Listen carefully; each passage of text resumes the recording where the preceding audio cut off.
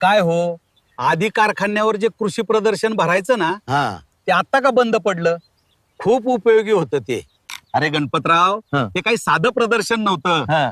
कृषी महर्षी आबासाहेब मोहिते कृष्णा कृषी प्रदर्शन होतं ते. अविनाश दादांच्या काळात शेतकऱ्यांसाठी मोठा ज्ञानाचा खजिना होता. हो, खरंय.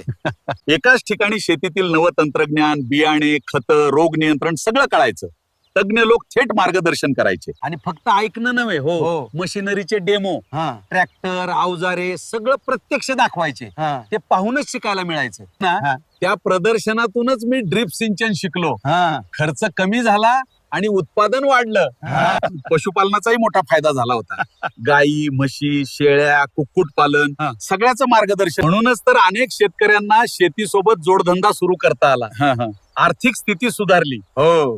प्रदर्शन बंद का केलं? काय सांगू, 2015 नंतर जे सत्तेत आले त्यांनी राजकारण आड आणलं. आणि सगळ्यात मोठं कारण काय माहितीये?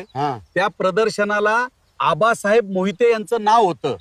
तेच काहींना सहन झालं नाही. हो, नावामुळेच हा चांगला उपक्रम बंद पाडला गेला. यात नुकसान कोणाचं झालं? आपल्याच शेतकऱ्यांचं. म्हणजे आपल्याला मिळणारं ज्ञान, नवं तंत्रज्ञान सगळंच थांबलं. अगदी तसंच. त्यामुळे उत्पादन वाढीचा वेगही कमी झाला.